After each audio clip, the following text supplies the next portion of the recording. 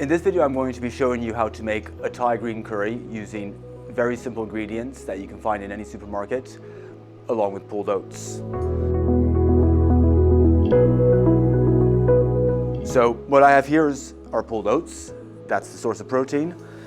Then I've cubed one potato just into small cubes because it needs to cook all the way through while we're frying it.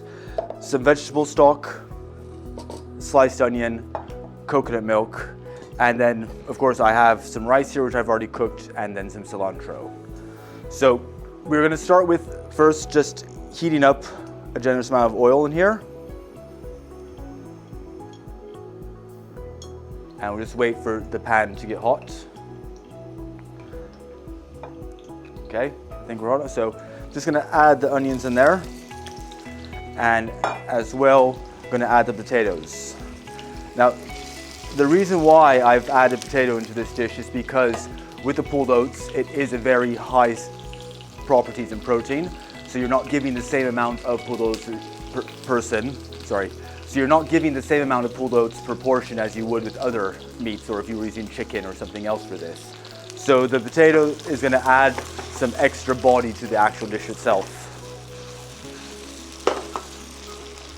So I'm just going to let this fry now for 3 or 4 minutes so the potatoes get a little bit softer, because when we add the pulled oats and the rest of the ingredients, we only want to be cooking it for a few minutes, as the pulled oats is a ready product, so it just needs to heat all the way through as well as the sauce. While that's browning there, I'm going to cut up a little bit of fresh ginger here. Now this, you can of course add some fresh ginger into the dish if you want, or then for me now I'm doing this simply when I serve it towards the end. I like to add a bit of fresh ginger at the end along with some fresh chili to get a bit of extra kick.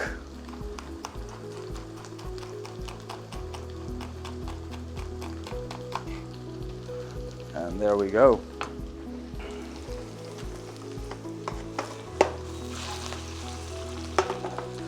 Right, as you can see now, it's gotten a nice coloring to the potatoes, so they have almost about halfway cooked through now, because we don't want them to go mushy and go into an actual mash at the end. We want them to still hold their form. So at this point, I'm going to take about 10 ounces of pulled oats.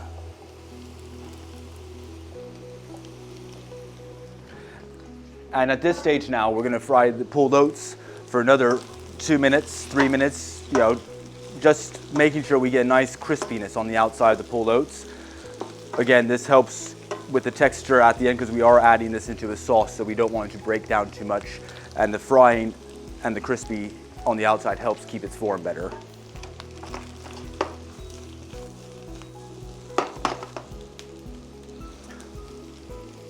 So now it's frying here, I'm going to add some green curry paste. If you're adventurous, you can make your own, but if you want it quick and easy, just get your favorite store brand, whichever one you would like to use for this dish.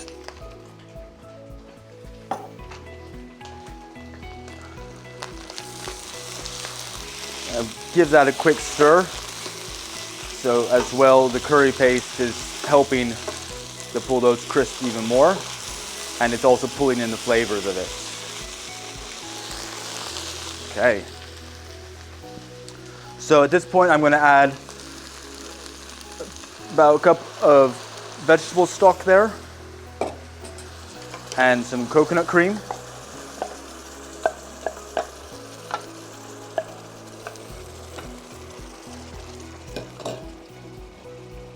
And some fresh cilantro into the sauce there. And just give it a good mix.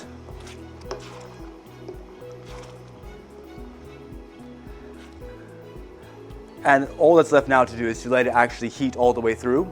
So, if it's this amount, looking at about 2-3 minutes again, and it's going to be hot all the way through. The pulled oats are already ready to eat, so it's not trying to cook them, it's just trying to get the sauce hot enough.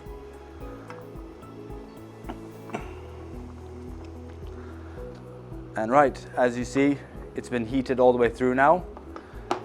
You have a Thai green curry sauce ready to go. For me, I just add some red chilies in there, some fresh ginger,